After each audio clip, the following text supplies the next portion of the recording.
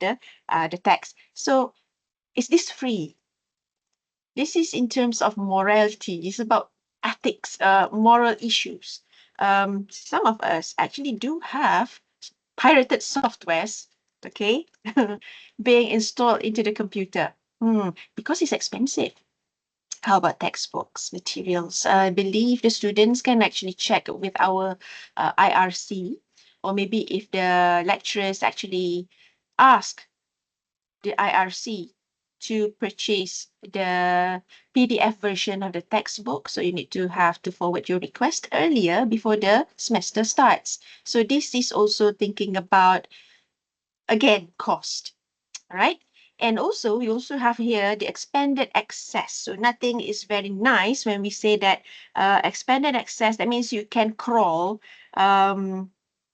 across the boundary. So that means maybe one day your simultaneous equation video might be, okay, hopping from Selangor to go to Kedah. But the thing is that if everything is on the internet, simply to say that it is reachable from anywhere.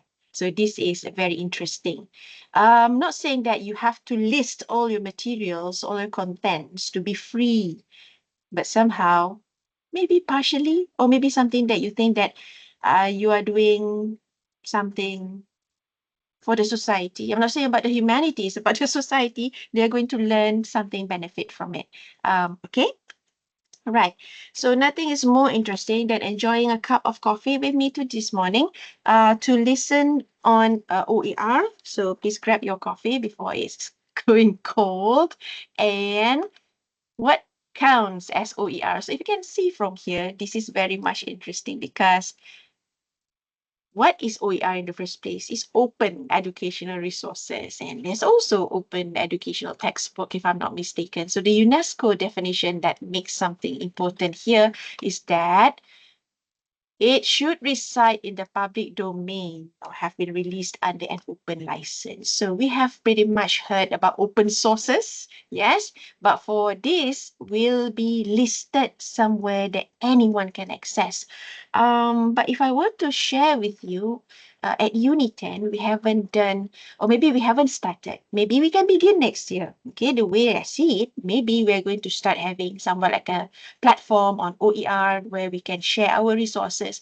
I think that is going to be a good move, especially when it comes to increasing the visibility of our institution. So this is very much implying that we have those things, okay, in our collections, in our computers. And of course, how about sharing some of those those basic ones, videos, so maybe slides, explainers, infographics. So this can be pretty much supporting the OER initiative or drive at Uni10. So these materials must permit no cost access. So meaning to say you can use, but with certain restrictions. And we're not talking about the use of copyrighted materials. Yeah, so that is a different story, totally out of context because this is truly coming from you. How do we do this basically? Right. So say for example, you are teaching your class and then you want to say for example, you're taking thermodynamics. Okay, it's very hard to explain. You are not very much inclined towards generating videos for your course. It is okay. You go to the YouTube website and then start to search a relevant video, which is going to talk about one important concept in the topic. Yes, and from there you're going to have to upload the link as well as import it by means of the HTML codes. You are going to plant it into your Brighton, your LMS, in your course page. So what do you do actually? You are taking the video into your course page, but then you forgot about something. You need to be able to cite.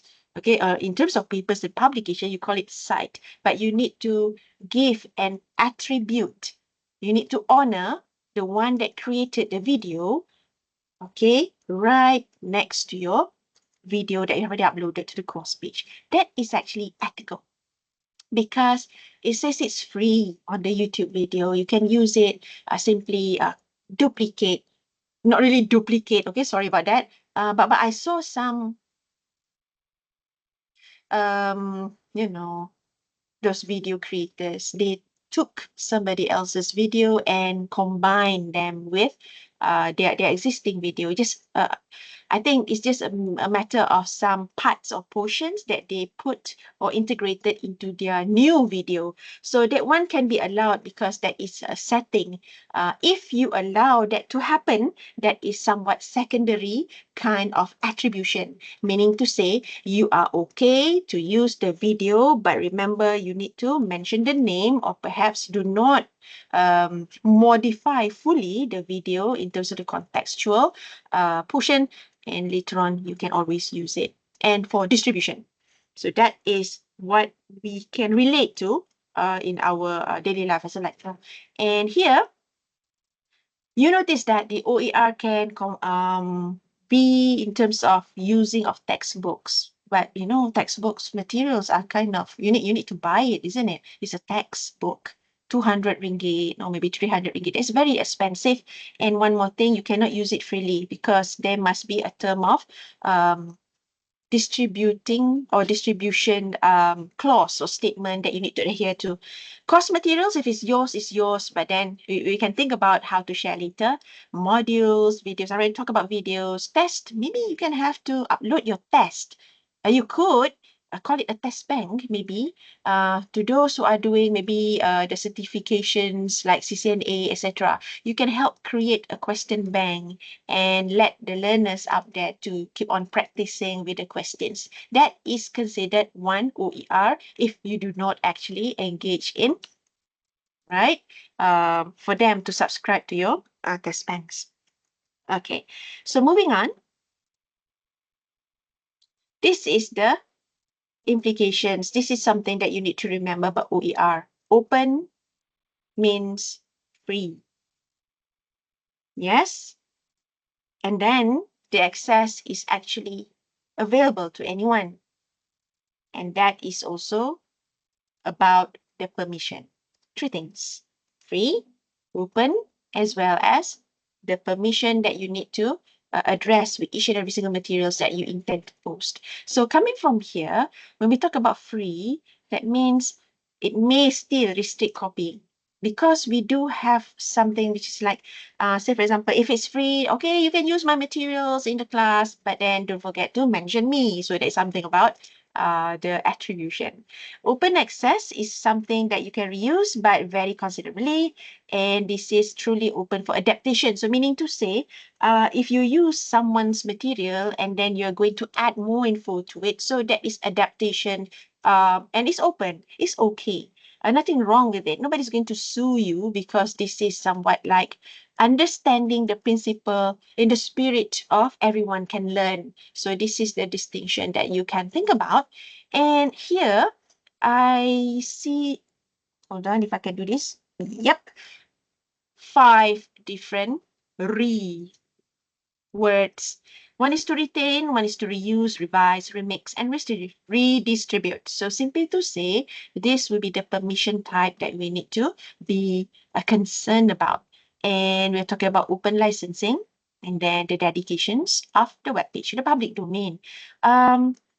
If I'm not mistaken, if I want to share with you, in 2018, there was one competition, EconDev at UITM, if I'm not mistaken.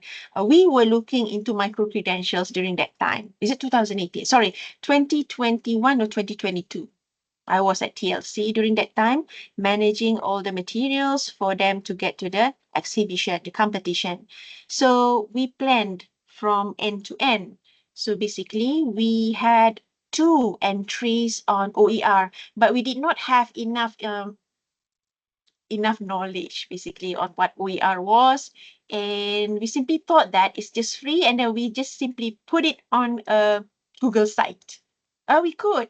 That is actually the domain we're talking about. So rest assured that there are some free domains that you can use, and if it's free, that means you don't charge people and they can learn anytime they want. So they're going to be appreciative of what you are going to do, right? Coming to this, I'm going to explain more on the 5R framework. So remember, this is supposed to be a relaxing session. If you do have any question, you can actually put it here in the chat. So I'm going to entertain from time to time. And don't forget to have your coffee as well, because it is in the spirit of having coffee session for each and every single webinar of mine. Perhaps I'm going to have one dedicated webinar why I love coffee so much. 5R framework. You might have already probably heard about the 5S. Yes, but it's actually Japanese principle. But 5R framework refers to the OER. Is the OER that we're talking about retaining. So let's look into the first one, yeah? So retaining, make it yourself, own it, and you have the ultimate control of your materials. Retained the information. It doesn't mean that you are going to be obliged to share with anyone else, but retaining the information means that this is the time that you may want to hold the copyright, maybe, all right? So maybe you are not open yet, not so open yet to open it, okay, to the public. So that's one thing. You can also see reuse. Okay, the word reuse here is in terms of lectures, LMS, presentations, and workshops. I believe you can see this happening in your class, isn't it? To look here, if I can see in terms of the participants, is something that we can agree about. How many of you are actually using your old material in the class? Can I have a show of hand? You can raise your hand. Okay, right. Miss Rashikin here says that she actually, oh, sorry. Okay, admits that you have this in the class. Reuse of my lecture video, good. Okay, who else? Can I have a show of hand? I'm going through this meeting. Anyone? Don't be shy, because we're not realizing we are using it. Yeah, we have Madam Siti Nursara.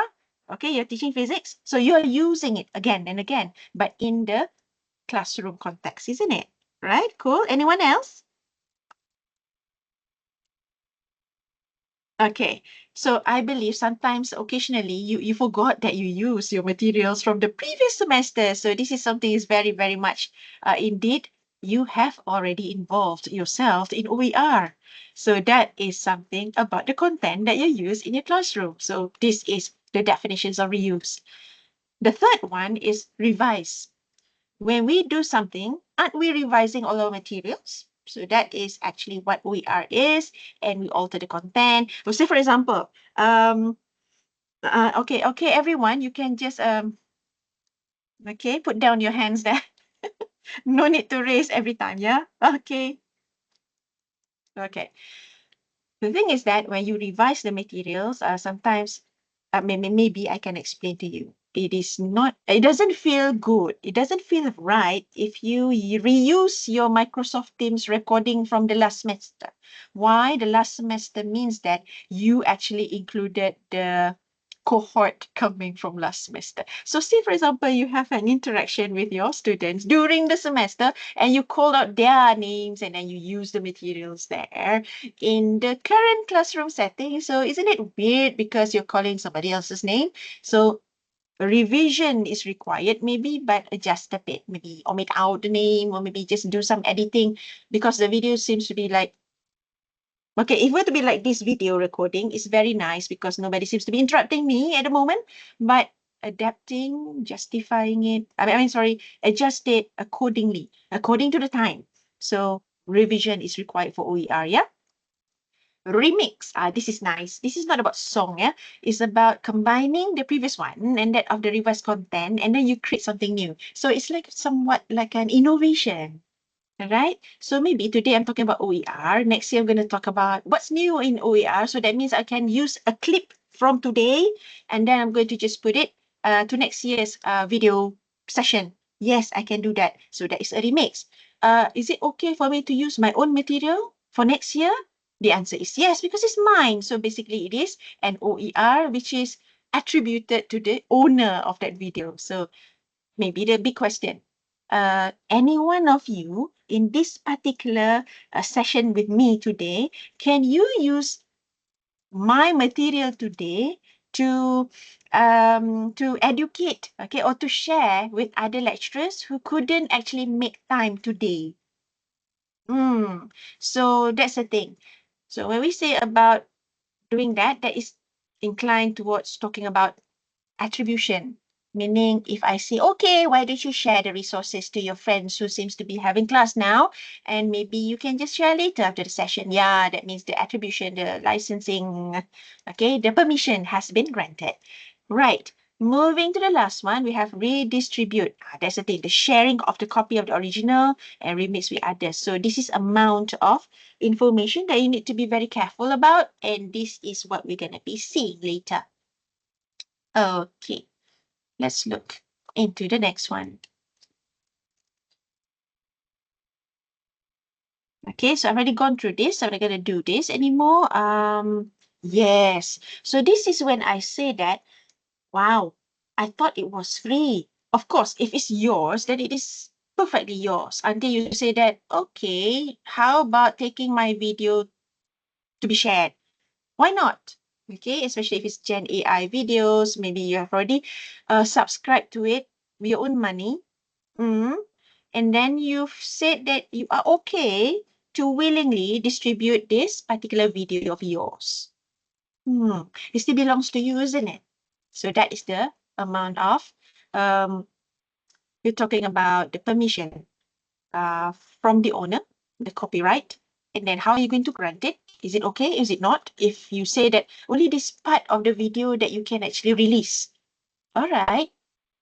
So you have to put down that statement clearly so that nobody else will misuse that information maybe, or restrict it, or maybe some portion not to be freely distributed, or maybe remix. That's something important, because I believe if we have something like, I'll show you later on YouTube videos, you have somewhat like a checkbox say that somebody else may be able to adopt your material for their remix, or maybe for either distribution or for another creation. So you can allow that. So this is something about the licenses. Okay, so we call this as Creative Commons licenses. You may have not heard this before, but you always familiar yourself with the copyright C, aren't you? Right, so it's copyrighted material. In fact, on our micro credential page, we do have that. Okay, so maybe some people love to make it a habit to put everything copyright because it belongs to you.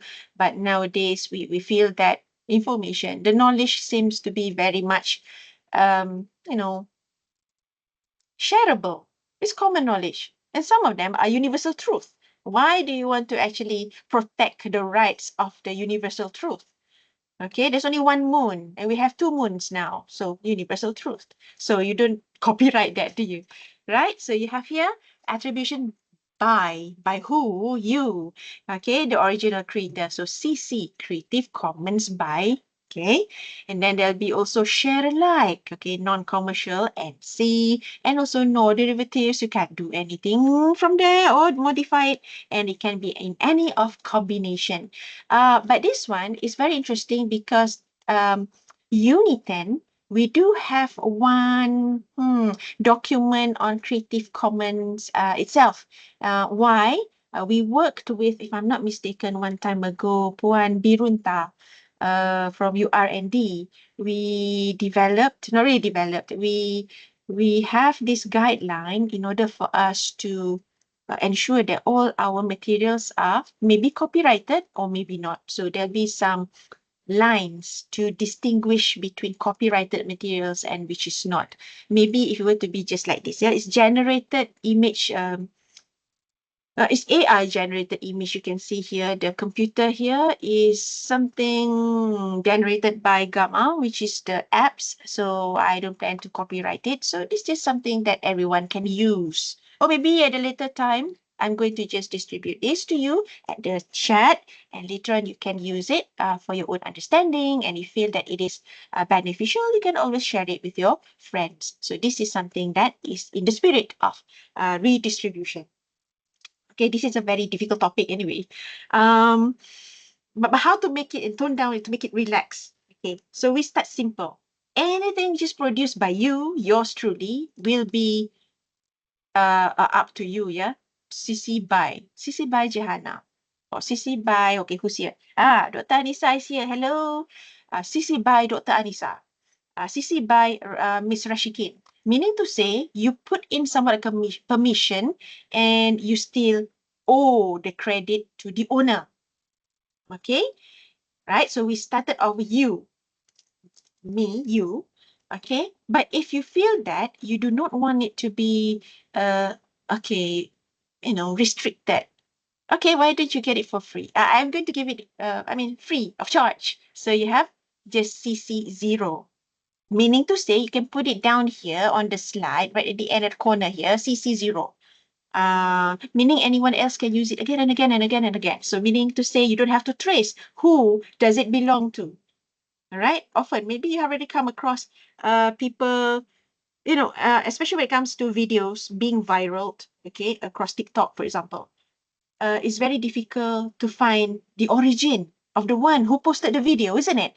Okay, but this one time, if the video seems to be like, there's some copyright infringement or maybe it belongs to only a certain person, so you might be sued if he or she finds out that you use that copy of video and redistribute across the TikTok. So this is something that is worth noting. Very, very important. Now we already covered CC0, CC BY, but this, I don't fancy SA, ND, NC as if, wow, there's so many things, yeah. But this one should come with examples. All right. Okay. So do you have any questions so far? You have already gotten all your materials ready, but you don't know whether you want to have to permit them for use, or you want to sell them, or you want to allow for distribution. So that is something that you worth pondering, yeah? Okay. Now, going quickly, CC by SA. What is this? Share alike. Derivatives must maintain the same license, ensuring ongoing openness. So meaning to say, use the same license that has been provided before, and then you have to make sure that you can share it across as of the original part. So I believe if some of you have already gone through my IPO, right? For to file copyrights, for example. So say, for example, you have something and then you're going to go for patenting or copyright materials, and basically copyright. You can do it online right now, easy, convenient. So that one, it must be of the exact copy that you want to share. So that is CC by SA. But the one that goes through my IPO, the intellectual property, that one, it is not OER anymore, because you have that piece of paper saying that it belongs to you. The work is in the literature derivative work and it has your name. And if you go through University Tenaga Nasional, then it shows Uniten is also part of the plan, sorry, part of the sharing. Okay, but there's no profit, but it's just simply saying that it is also the property of Uniten because you're an employee. Okay, next, CC by ND. No derivatives permitted. You cannot change anything. You cannot do anything. It must be like this. If the cup is like this, don't do anything to it. It must stay there. So that is CC by ND. You can put it right in the little corner down here. Do you have names? No, you don't put names. It's just simply saying you can't do anything much. CC by NC. This is ND, this is NC. Non-commercial use only. Oh dear. So this is also another thing. Because it's about being free. So when it comes to being free, so this one will require separate permission from the creator. If and only if you want it to be commercialized, then you have to write in. So that would be for commercial use. So this one is non-commercial use. So meaning to say, if I have this slide, you shouldn't be making money out of it. I mean, other people. That's not right. So I'll put there CC by NC. Cannot be commercialized. And one thing for sure, you note that there's so many people out there working on Canva, right? So in order for them to work on Canva, they have to subscribe with Canva Pro. Then only they are legally making money or profit coming from the designs that they have uploaded to Canva. But if you are on Canva education per se, it's not right for you to sell anything or designs coming from Canva education, which is supposed to be free for the lecturer or the educator, and then make money out of it. So this is something that is worth knowing. So this is about the copyright, the non-commercial use we're talking about. CC by NC, non-commercial, and then share alike. What is this? So it means that it's a combination between, you can share alike, do not reduce the form, do not add, as is, okay? You don't change anything, no derivatives. But that was ND, yeah? But this one is specifically share alike, share, and then non-commercial use. So you can't do much with selling. The other one, okay, how is it different? This one is for non-commercial, share alike. The other one is restrictive, the most strict, okay, restrictive, you cannot do much. Okay, the thing is that why do you do this if you still want to share, isn't it? It's just that in the spirit of having to share, then you are saying that's non-commercial. You only permitting sharing with no derivatives and no commercial use. Meaning to say you still have a very kind heart that you wish to distribute your content, and you're going to put here is, no, you cannot sell this. No, you cannot adjust anything here. You cannot modify it. Okay, just use it as is. It's restricted. Okay, how is it different from CC0 and CC by NCND? This is the usual things when you want to have headache free.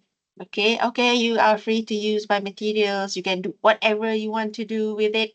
You want to change the color, you want to change the size, you want to add more information, it's up to you. So that is CC0. It doesn't get back to you. All you know about today, you have something nice like this, it's a picture, and then tomorrow suddenly it crosses your screen saying that, hey, so this is the information, the infographic I had yesterday, and now it has changed fully. Or maybe it's black and white now. It's okay because you said that it is CC0. So people can change and people can actually do modifications. So that is actually the risk. But you have to think about it before releasing the material to the public. So there's a lot of information pertaining to this, yeah? Okay, so is there anything that you wish me to address? Okay, because this is so much of, um, okay, let me check. Do you have any specific concerns on this anyway? If you do, okay, raise your hand. I'm gonna take it out for you.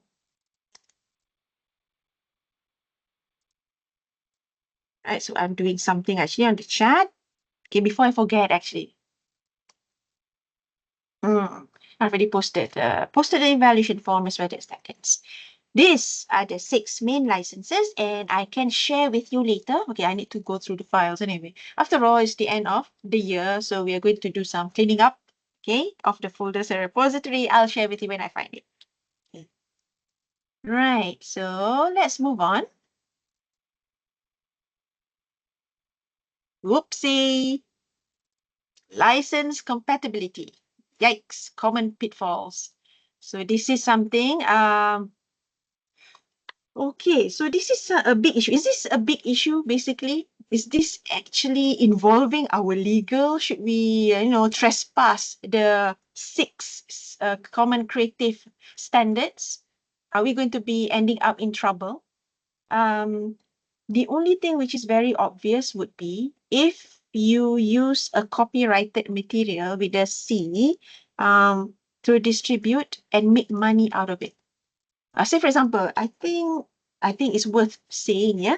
You have a copy of your textbook with you, okay? So it has all this page with all the information necessary to protect the copyright of the textbook, the authors, the publisher, right? And then for your information, we have micro credentials. We also have some open distance learning materials, yeah? Not really materials, sorry. Our programs are on ODL. So those courses are actually, maybe some of the authors are taking some form of information coming from the textbook. So what do you do? This is a good question, and this is a good place for discussion. What do you do? Do you simply actually just use your snipping tool, okay, and then save it, and then just put it there on your Brighton LMS? Do you do that? Okay, that is unethical because you need to be able to write in to the publisher asking for permission. I need to use the diagram from your textbook. Can I? The answer would be, since we are making money, I believe that you need not to use any form of diagrams or illustrations from the textbook. Happy? Of course. So the thing is that no longer we can see that, okay, that gray area, the gray area is okay because I already bought the textbook. I can use any materials there. Eventually, you can also use the slides coming with the textbook. Can you see that? It is okay, you have the textbook, use the slide with the intention to only be distributing the slides to your students enrolling to the class. And we're talking about the distribution of the materials. So this is very critical. So if and only if you're talking about copyrighted materials, but even with CC0, no problem at all. Nobody's going to chase you down. Nobody's going to sue you. But when it comes to something which is very, very appropriately recognized, this cannot be used right into the publisher if you need this and that. So that is the clear indication that it is not free. Okay, so that's one thing that you can see. All right. Okay, then put some due diligence, etc. Okay, where to find trusted OER? Okay, these are simply something new for us to venture into. We can have our libraries OER guides. Oh yeah, we are going to start doing this. Okay, I'm going to talk with IRC how best that we can have OER materials and resources. Maybe we're starting one next year, so this is something which is exciting. International initiatives. This one we can use. Okay. Right, so let me just go out for a while. Okay, so for you, I just put here OER platforms. Maybe you can see it, maybe you cannot. You can see here OER Commons. So it's a public digital library of OER. You can do this and that, and you can reuse the material. And in fact, you can have an account directly associated to it. Okay, there are many.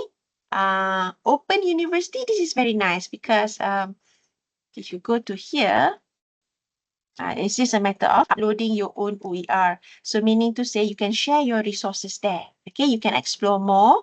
At USM, so this is also a direct hit coming from the OER platform, simply saying that this is the search engine optimization at the moment you're seeing here, because the locality here is in Malaysia. So USM is actually also on OER. So it is associated with the USM library. For Unit 10, we're going to start with our IRC soon.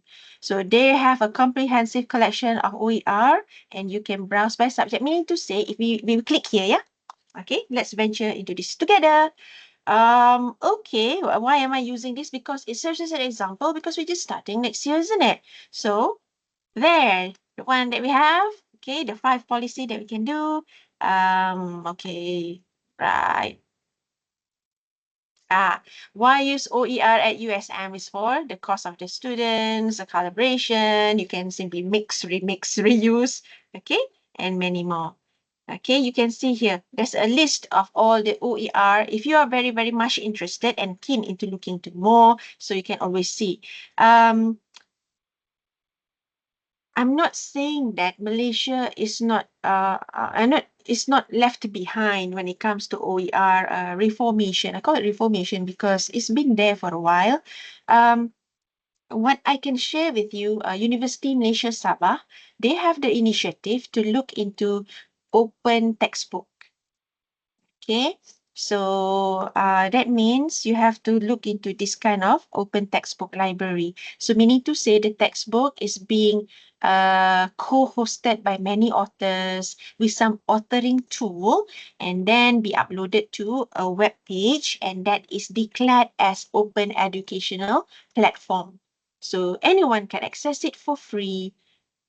But there's always a but, to the universities who are actually contributing the resources and materials, they have to pay for the subscription instead. So you might be asking yourself, wow, you're calling it OER, but there's a little amount of money involved, okay, when it comes to subscription, but that is okay.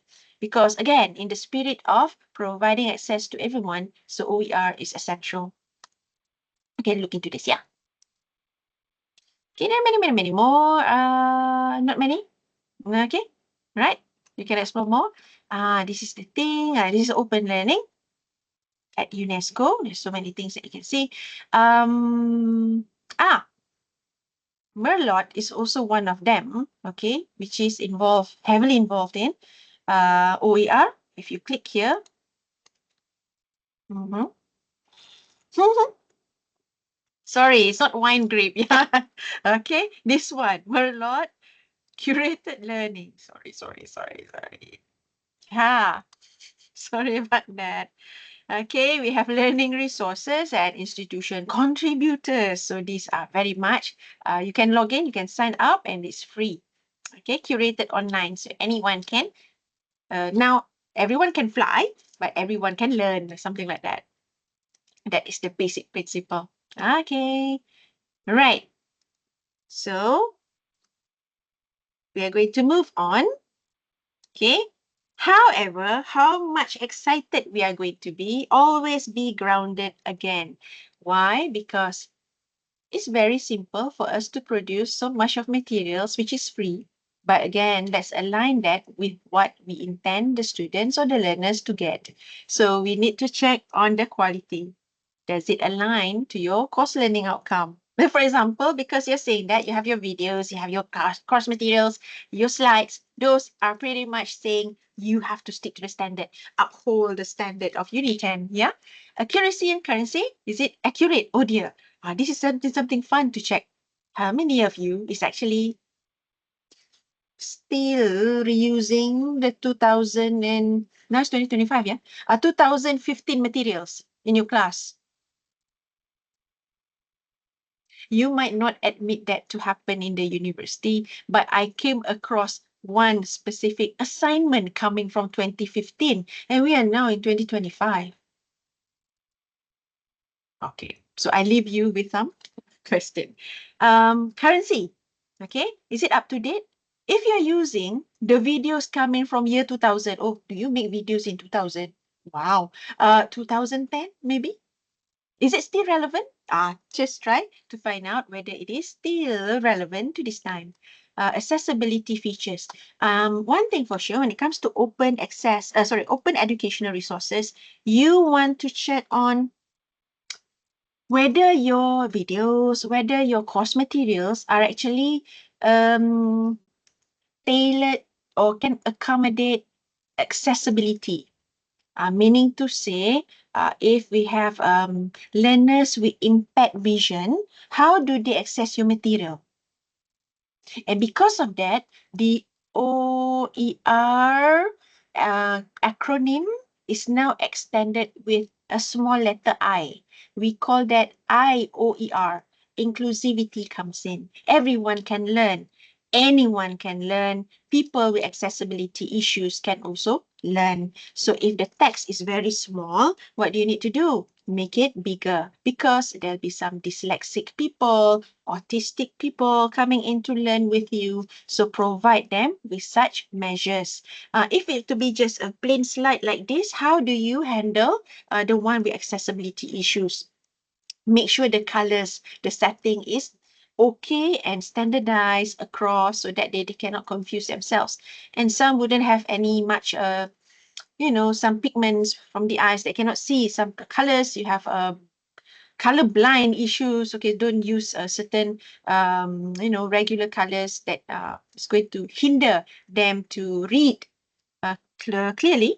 And make sure that if they cannot access the picture, then you can provide some audio as well. You can do that, yeah? Right. Cultural relevance. Does the material actually reflect the perspective and sensitivity? That is something that is very important. Say, for example, if it were to be coming from a different set of cohorts, we tend to be talking or inclined towards certain cultural adversity. But the other part of it is not relevant to the next cohort. So we need to do some adjustment. After all, it is your material, isn't it? Technical format, make sure that it is something which is standardized across. If it's PDF is nice, but sometimes if you are using AI generated image, perhaps that one may not be, it's difficult for some other softwares to access, or maybe because of the portability of the document seems to be irrelevant or very difficult or quite a challenge for them to convert the format. Is it JPEG? Is it PNG? So those are something that is worth looking into.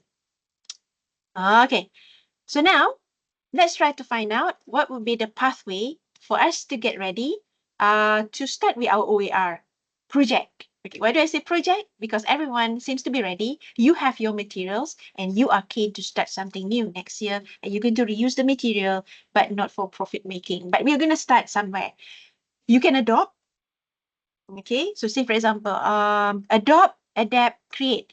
The best thing is to take someone else's, okay, make sure that the copyright material is there, but make some senses out of it, do justification out of it. Why do I use this material? Because I want it quick, and then I want to adjust a bit. So don't forget the attribute, yeah?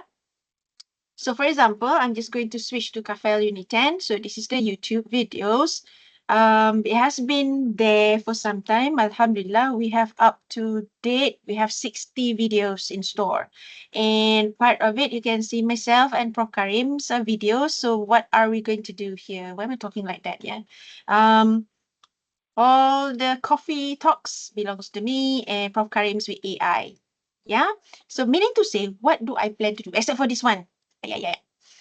This one is for micro credential because we no longer have Panopto. What do I plan to do with this? Can I reuse it? For sure, we could. Can I modify it? Yes, why not? I can put it as an insertion to another video. Yeah, but who owns this? By right, you might be thinking, who owns this? It is owned by Kafel anyway. So does it mean this chat here belongs to me fully? No, because I work at University Tenaga Nasional, so somehow this is a representation of the institution. So can I distribute it? According to the author, maybe can, right? So I'll just put that CC0. Why not? Else, if I need to seek permission from Prof. Karim, maybe, Prof, can I use this? So I seek permission and he says, yes, why not distribute to everyone? So CC0. But if he says that, oh, some part of the materials cannot be done or be distributed, some of it, sorry, just put CC by Prof. Karim. So that is how things can be. Yeah, all right. So now you know this is a repository. I'm going to see that this has a potential to become OER. Meaning to say, if you also have a YouTube video channel, this can be a good example for you to start with your OER. But this one is more on teaching and learning, yeah?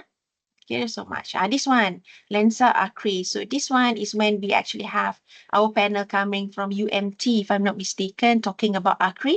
This one is not only confined to Unit 10 participants. Yes, we did not have this open to the outside of the organization audience, but once it's already there on YouTube, that means anyone else can also benefit from it, right? But I think Dr. Shahriza here, talking here, because he was the speaker on that day, he wouldn't have any problem to have us distribute this on YouTube. So it's for the benefit of everyone who wants to learn. So basically, you can see that there's a bunch of things that you can do. This is in terms of videos. All right. So I've already given you one example. So I believe it's already 1 minute to go before we go. All right. So do you have any question? You can raise a hand.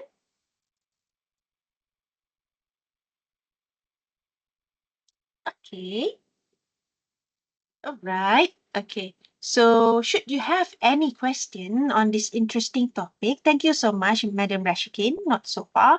There'll be some more questions later once you understand and get something about what OER is and how do you want to plan to use it. Remember, it's not a copyrighted material. I mean, it belongs to you most of the time, but your intention is to provide open access to everyone.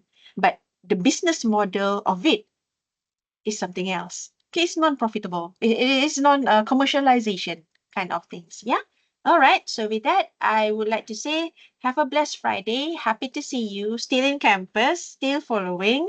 I know you're very busy towards the end of the semester, so expect more coffee talks with me. Maybe during New Year's Eve. Okay, see you around. So take care. Bye. Assalamualaikum.